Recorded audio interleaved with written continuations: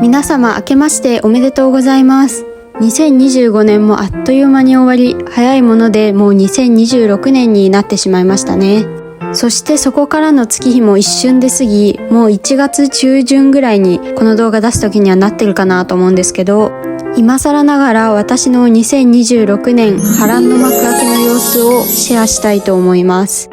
実は年末年始は家族がイギリスに来てくれて、今ここは私が住んでるブライトンっていう都市から電車で 4,5 時間離れたバースっていうところにいます。ちなみにバースに来る前は私の住んでるブライトンで2日間過ごしていて、ブライトンはね、目立った観光名所は全然ないんですけど、こんな感じで街並みがめちゃくちゃ可愛いんで、その街を散策したりとか、私のお気に入りのお店を家族でいろいろ巡ったりとか、バスでちょっと移動して牧場に行って、お父さんが牛に襲われかけたり、ブライトンで私史上一番美味しいレストランに行ってシーフードを楽しんだりしました。そしてこの時のディナーが後に私を苦しめることとなります。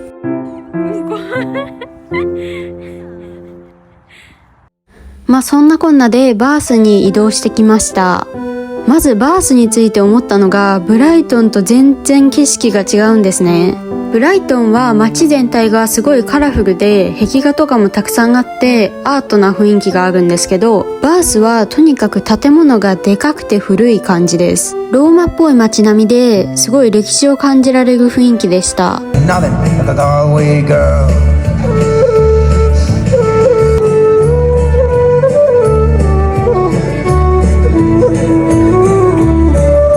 そしてバースといえばの観光名所、ローマンバスに来ました。やったね。バースはその名の通り温泉都市として有名で、2世紀頃ローマの支配下で温泉の街として発展したみたいです。その時に誕生したのがこのローマンバスなんですね。この建物全体は現在は博物館として機能していて、当時の温泉施設の出土品を含めた展示をしてるんですけど、中でも一番の目玉がこの大浴場で、修繕は何度も行われてるみたいなんですけど、古代ローマ時代からのものを現代の私たちがこうやって実際に歩いて見学することができます。で、この博物館入場料が5,000円超えてて結構お高いんですけど、大浴場だけじゃなくてこの博物館内部の展示もすごい充実してて、こんな感じでね、温泉の内部の構造が見れたりとか、こういう体験型の展示もあったし、あとはね、今もすごい人気のあるサウナ、これもこのローマの支配下の時に誕生したらしくて、その時の展示とかもね、ちょっと写真は撮ってないんですけど、すごい充実しててめちゃくちゃ見応えがありました。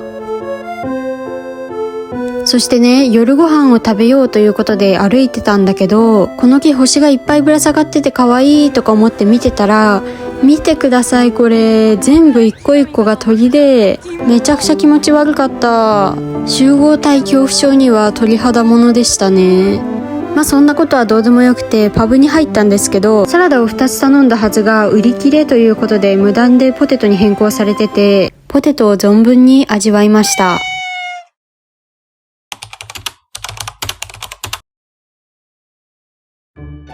はい、そしてバース2日目とともに2025年ラストの日になりました。この日は氷点下と凍える寒さだったんですが、濃霧が広がっててとっても神秘的な景色になってました。そしてまず最初に来たのはテルマエバーススパという温泉施設。バースには3つの源泉があって、それらを使った温泉が楽しめるというこの施設なんですが、実際に行ってみた感想としては温水プールとサウナの施設っていう感じがしました。海外なのでみんな水着着て入ってるのと、お湯の温度も低めでとろみもなかったので、日本の温泉とはだいぶ違うなっていう印象でした。そして温泉の後に向かったのは、まずこのザ・サーカスというところ。ここは360度リング状に家が建っていて、バースのシンボルの一つです。こんな感じでぐるっと一周見渡すとかなり迫力がありますよね。そしてそこからまたしばらく歩くとあるのがロイヤルクレセントです。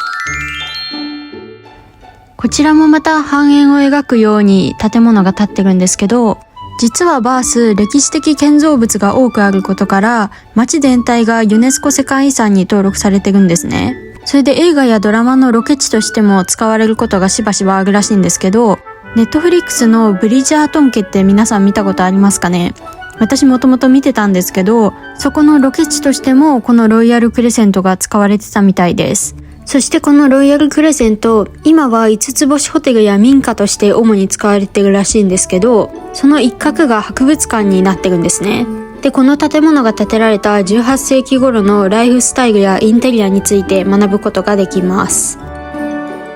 そして中心街に戻ってきました。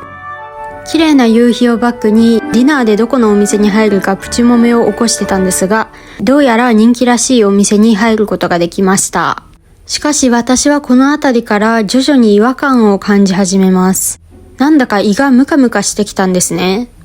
この日は朝ごはん以降一切何も口にしてなかったので、そのせいでちょっと胃が荒れてるのかなと思ってたんですね。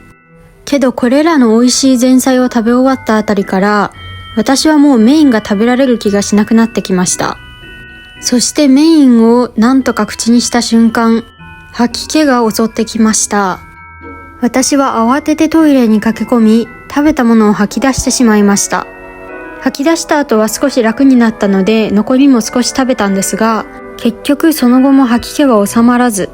関節痛のような微熱っぽい症状もあったので、ホテルに着くなりすぐにベッドに横になって眠りにつきました。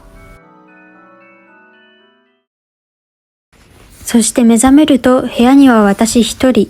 カウントダウン間近だったので、もしかすると部屋から花火が見えるかもという一縷の望みにかけて窓から外を眺めていました。